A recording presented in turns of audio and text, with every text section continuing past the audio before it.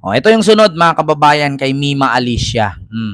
Ano yung kay Mima? Nako mga kababayan, ito na nga, no? Lumabas na nga ang katotohanan na kung saan ay pito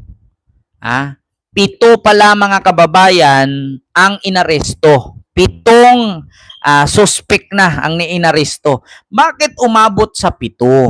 Sabi ko nga sa inyo mga kababayan, simula nung si Mima ay umalis kay Boss Mike, kung sino-sino na ang kanyang sinasamahan. Hindi kinakasama ha, sinasamahan.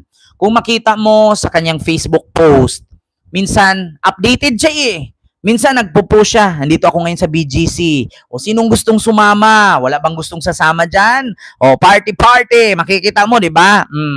Kaya mga kababayan, simula nung si Mima ay naligaw ng landas, umalis kay Boss Mike, iba-iba na ang kanyang mga nakakasama. Iba-iba na ang kanyang mga nakakasalamuha.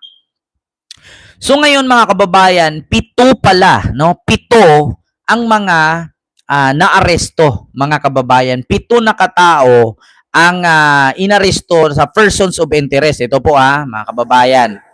Ito. Chofilo Dayakuma Jr. Yan mga kababayan. So, breaking news po ito.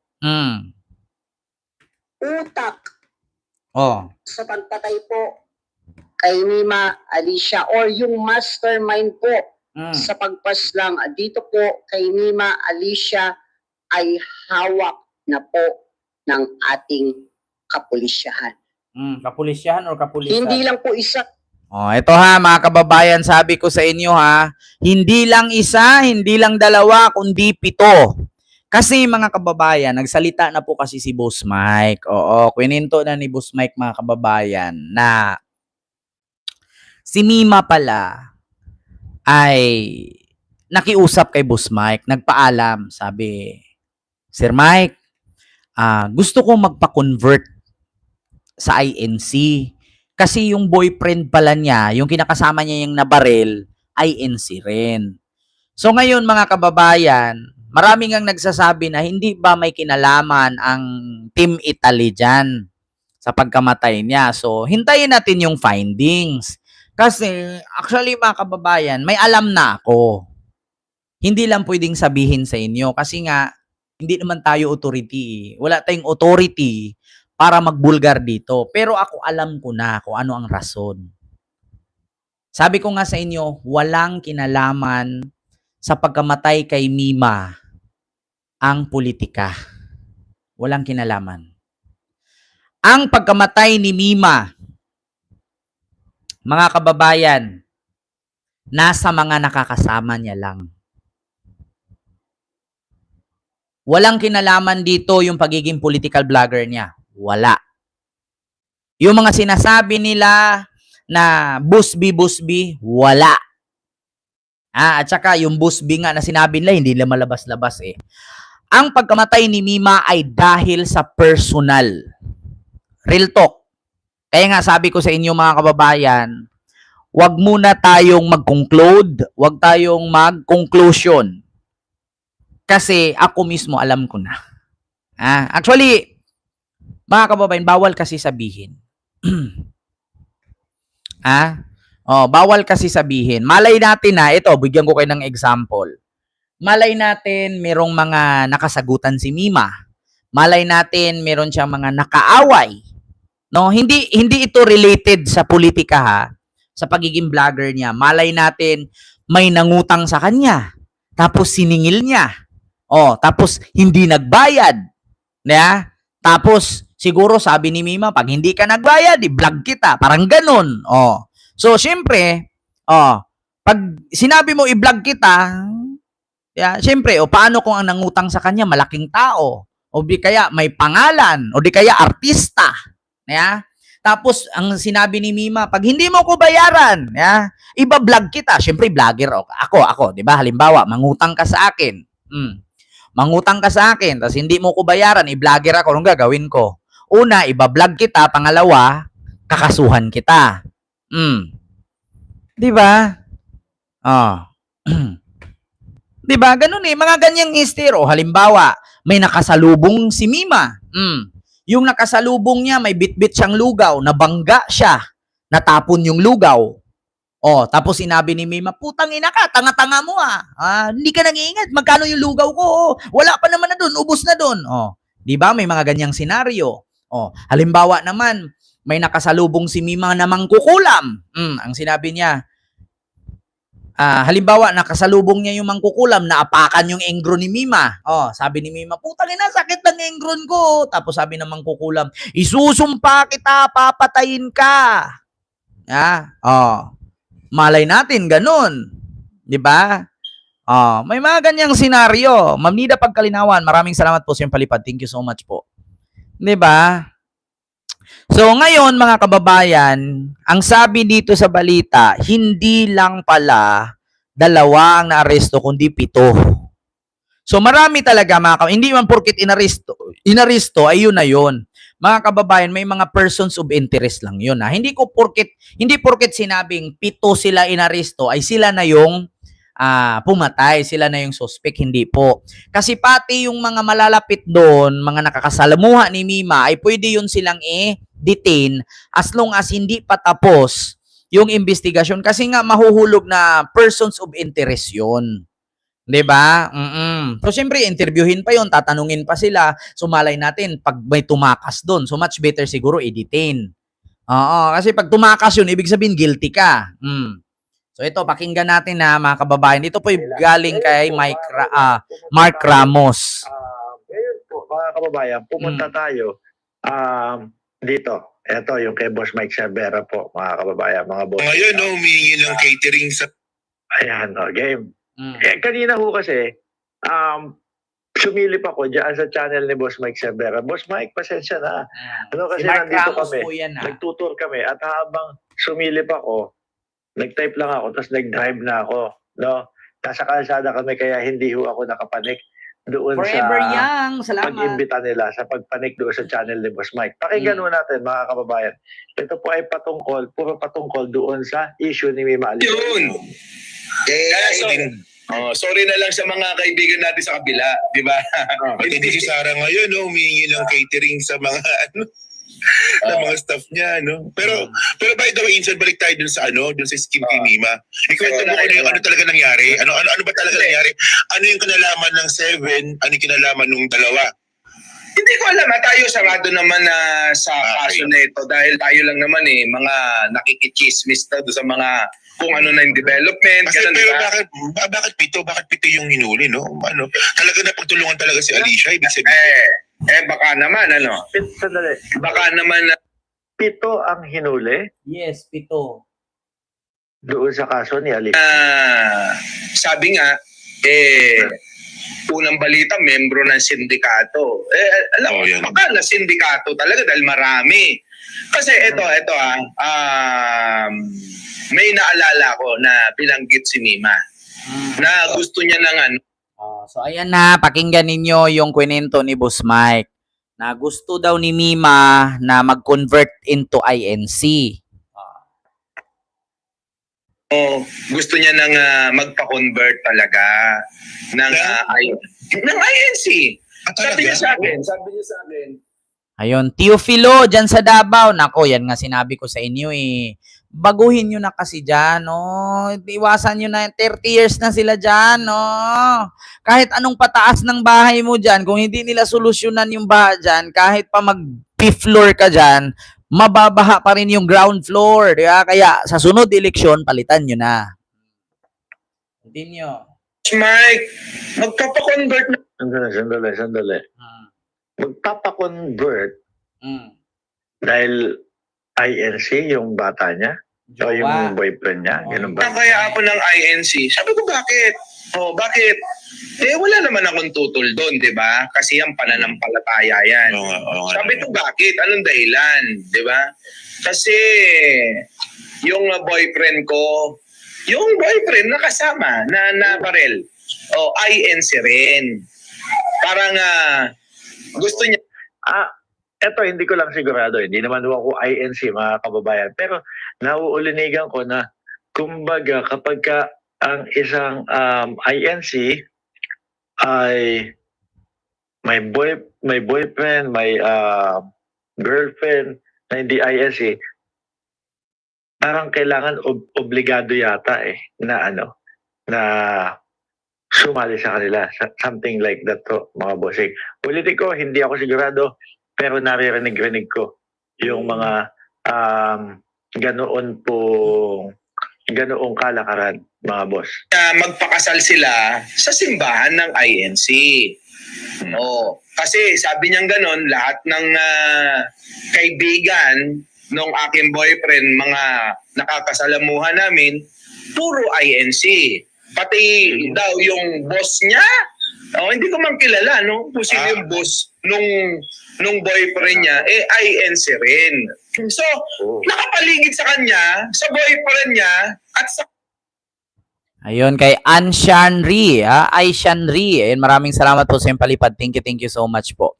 So narinig nyo mga kababayan na si Mima ay nagpaalam pala kay Sir Mike na magpa-convert into INC kasi yung boyfriend pala niya, yung nabaril, nakasama niyang nabaril, ay INC rin. Which is mga kababayan, may mga ganyan talaga. Kung naalala niyo si Daniel Padilla, si Catherine Bernardo noon, kung naalala ninyo, di ba?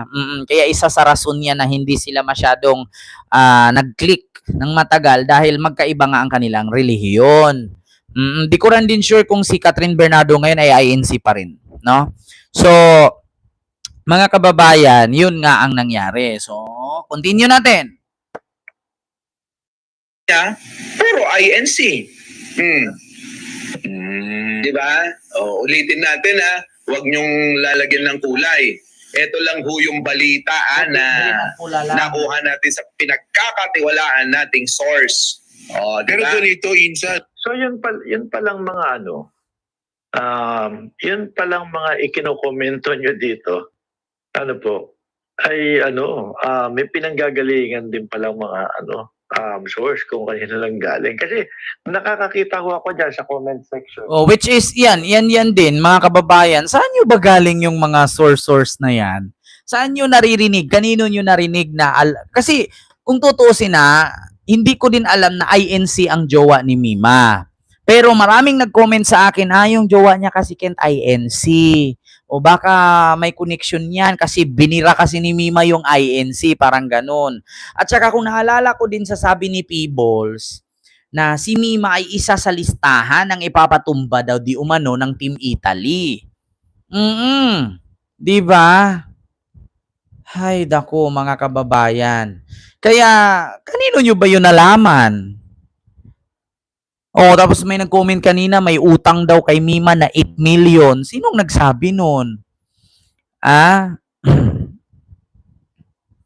Mga kababayan, it's a good thing Mima didn't join the cult. Sinong nagsabi kanina? May nag-comment kanina, 8 million daw utang. Ano ba yon? Ano ba? Hindi ko alam Ano ba yung utang na yan? Ano naman yung utang na yan? Saan nyo na naman yan? Saan nyo na naman yan nalalaman? Oo. Sino yung nag-comment kanina na may utang daw, 8 million kay Mima? Sino ba? Si Mima may utang o si Mima ang inutangan? May nag-comment kanina, nabasa ko maybe DDS, entered Mima's life through her BF, which is why she is experiencing gulpe. Hindi, ganito yan. Ganito yan mga kababayan, ganito yan. Yung unang boyfriend ni Mima, yung criminology student, yun yung nangbugbog. Yung pangalawang jowa niya, ngayon, yung bago, yung nabaril, ay hindi po yun yung nangbugbog. So ito may nagsabi. Sabi daw, napanood daw nila kay Sangkay na banggit sa vlog ni Takiro. So ano bang sabi? Baka may alam ako niyan. Ano bang nabanggit dun sa vlog ni Sangkay at sa vlog ni Takiro? May utang kay Mima? May nangutang? Si Mima daw ang inutangan. 8 million. Tapos, ano daw nangyari nung siningil na ni Mima? Hindi na nagbayad hanggang sa humantong na pinatay siya para mag-quits, ganon. Ganon ba yon mga kababayan? Ako nagtatanong lang So, halimbawa, may nangutang kay Mima. Ako, mabilis ako eh. Oh, mabilis ako makagets. Halimbawa, ako nangutang kay Mima, 8 million. Tapos ngayon, siningil ako ni Mima. Ngayon, ayaw ko siyang bayaran. So, ang gawin ko para quits, pinatumba ko siya. Sa bagay, di ba? Sa bagay, mga kababayan, kung ganyan ang senaryo, halimbawa, may nangutang kay Mima na isang malaking tao. Yung nangutang na yun ay halimbawa, 8 million ang inutang. Halimbawa, nangutang ako kay Mima, 8 million. Tapos ngayon, nung siningil na ako ni Mima, hindi ako makabayad kasi nga wala pa akong pambayad. Ngayon, dumating ang punto na nagalit siguro si Mima, tapos binantaan siguro ni Mima. Parang ganon pag hindi ka nagbayad, ibablog kita. Parang ganon ba? Ganon? Tapos ngayon, syempre, 8 million. So, kahit magbayad ako ng 100,000, ipatumba ko yung tao, syempre, 100,000 patumba mo. Edi ang laki ng kita mo. Kasi pag natumba mo na yung inutangan mo, quits na yun eh. So, kahit gagastos ako ng kalahating milyon, basta matumba lang siya. Kasi biruin mo kung 8 million, gagastusan mo 500,000, ipatumba mo yan. Quits na. Parang ganun ba? Parang ganun. Ganun ba ang nangyari? Kahit naman ako kung ako nangutang kay Mima tapos tapos wala akong pambayad, ngayon sa panahon ng singilan sa panahon na ng singilan, mas piliin ko ipatumba talaga si Mima. Bakit? Syempre, 8 million, kahit gagastusan mo kalating milyon yan eh. Bakit? Pag natumba ko yan, quits na kami. Di ba? Ganun naman ikaw. Wala kang trabaho, wala kang kita, tas uutang ka ng 8 million sa tao. Pagdating ng singilan, anong gagawin mo? Ipatumba mo na para di ka nasingilin. Kasi pag napatay mo yan, tabla na eh. Ganun ba? Ang tanong ngayon, mga kababayan, 8 million 8 million sabi. Ang tanong, saan naman ni Mima galing yung pinautang niyang 8 million? Yan ang tanong ngayon.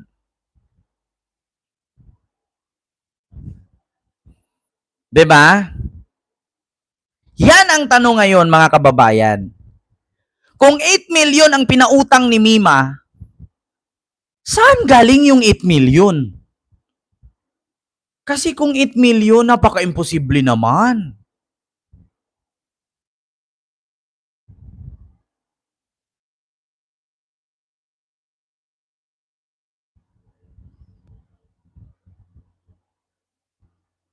Diba?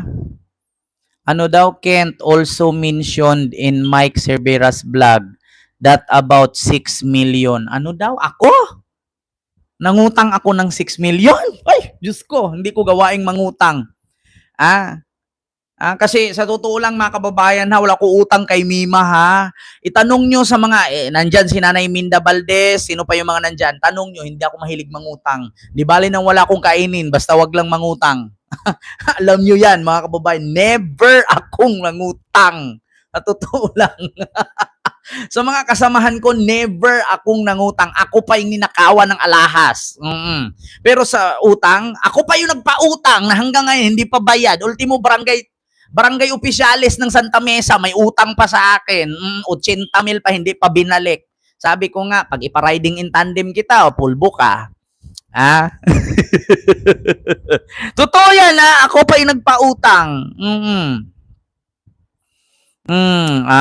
Ganun ba? Siguro.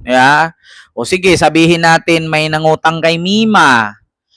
Tapos yung nangutang na yun, malaking halaga ang inutang. Tapos ngayon, nung panahon ng siningil na ni Mima, baka yun ang ginawa. Ano daw?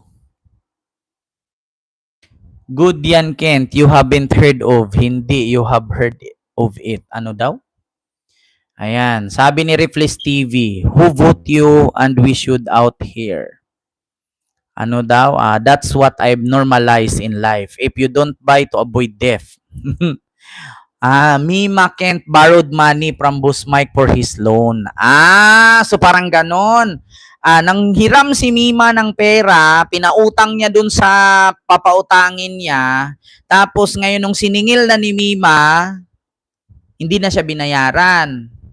Mima also owe 1.4 to Boss Mike and then to others. Parang ganun ba ang nangyari? Hindi ko kasi alam yan mga kababayan kasi nga isipin yung mabuti ha. Kada may mga lakad sila, lagi nila akong ini-invite, Ken, sumama ka. Isa lang ang sabi ko, hindi ako makakasama kasi walang maiiwan sa mga pusa at aso ko kasi mahirap nga naman. Halimbawa, pupunta sila ng China, grupo yan eh. Pupunta sila ng Japan, pupunta sila ng Hong Kong, Singapore, o kung saan bansa yan. Siyempre, tag 1 week yan eh. Di patay yung aso pusa ko, walang kakain, walang magpapakain, walang maglilinis. Yung mga mo'y tae yan, mamamatay lahat ng alaga ko. Kaya, sa totoo lang mga kababayan, yan din ang isa sa mga problema ko noon pa man. Alam nila Nanay Minda Valdez yan, nila Ma'am Miriam Suzuki. Andyan sila, nood sa akin sila. Ma'am Lily Tunini, alam nila yan. Na dati, kapag may mga gala-gala kami, mga magbabarkada, pupunta kami na ibang bansa, Malaysia, Singapore, ngayon, Hong Kong, ganyan. Kung anong bansa yan, mga kababayan ay hindi talaga ako sumasama kasi alam nyo kung bakit. Ang isa sa mga problema ko yung alaga ko, aso at pusa, hindi ko maiwan-iwan. Kaya kung ano man yung mga kwentuhan, wala talaga akong knowledge, no? So kung meron mang mga ganyang senaryo na nangutang si Mima, tapos pinautang din, siguro parang gano'n, no? Nangutang si Mima kay Boss Mike, tapos pinautang din niya para tubuan, tapos pag tubo, ibalik na niya kay Boss Mike, wala namang tubo pag kay Boss Mike ka mangutang. Uy, Boss Mike, butangin mo ko ha. Walang tubo ha. Di ba? Kung walang tubo, malay natin, di ba? Baka ganon, di ba? Tapos, ang nangyari, siguro nung singilan time na, gorgor. At saka, ito pa mga kababayan, malaman naman natin yan kung may dokumento. Siyempre, kung ikaw magpautang ka milyon-milyon, walang kasunduan. Siyempre, malaman natin yan kung gaano katotoo, kung may pautang si Mima, kasi may mga kasunduan yan eh. Imposible naman. Wala silang papel na kasulatan, wala silang kasunduan. Diba? May kasunduan yan. So, malalaman natin yan doon sa kanilang notaryado yan eh. Notaryado yan. Kung magpautang ka, siyempre, idaan mo sa abogado yan o barangay. Kasi milyon ang usapan dyan. Mga kababayan, kahit mangutang ka nga lang sa lending, di ba? May barangay. Sa barangay kayo magkasulatan. Pag hindi ka nagbayad, di ba, pupuntahan si garantor. Yan pa kaya milyon, imposible walang abogadong pumagitna dyan. Imposible walang abogadong pumagitna dyan. So, ibig sabihin, kung about sa utang yan, kaya pinatumba, alam ng abogado yan. 'Di ba? So may kasunduan 'yan. Kung wala na, alam nyo na ang investigasyon agad. So, para sa akin, walang kinalaman ang politika. Kung ganyan ang senaryo na may pinautang si Mima, hindi nagbayad, kaya siya pinatumba para tabla, malaman natin yan kung meron silang kasunduan. Sa kasulatan yan eh.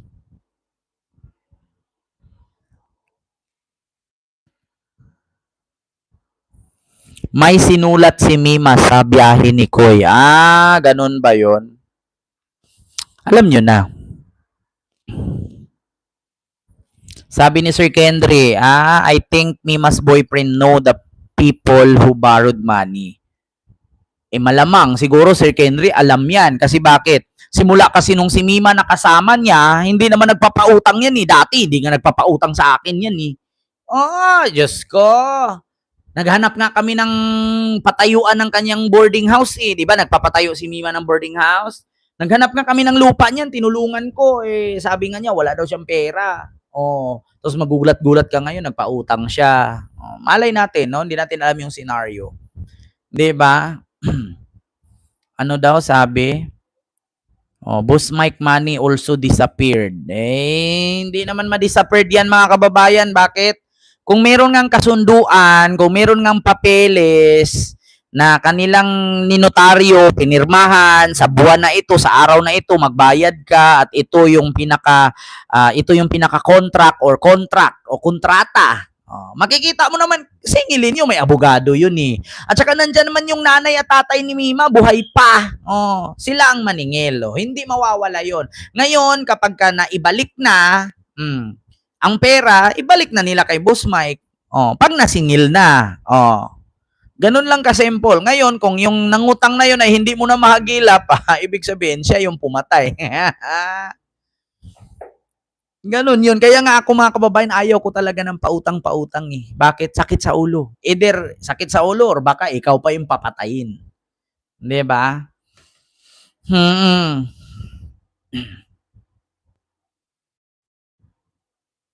Di ba?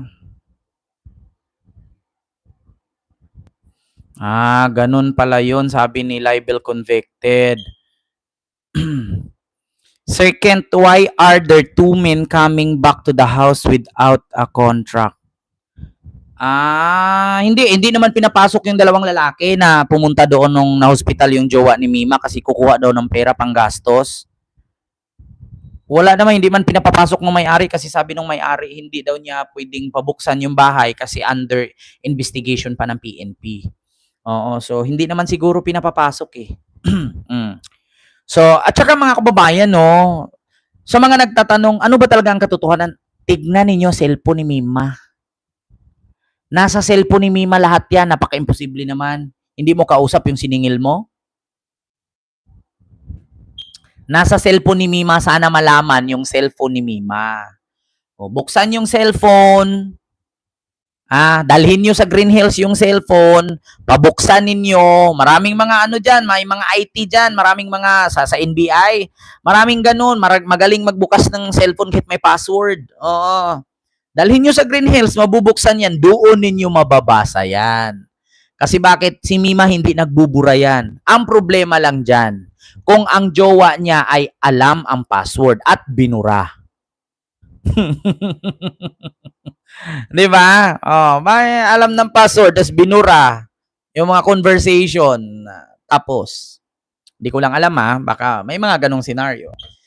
So yun lang mga kababayan, yung ating reaksyon sa mga oras na ito na kung saan mga kababayan, wala na, ang Davao lubog sa baha, yung mayor party-party lang, tapos yung mayor nila party-party now, kulong later kasi kakasuhan ng NBI dahil sa grave threat at inciting to sedition sa pagbabanta kay PBBM. So yun lamang po mga kababayan, maraming salamat po sa inyong lahat and see you. God bless. Thank you. Maraming salamat po.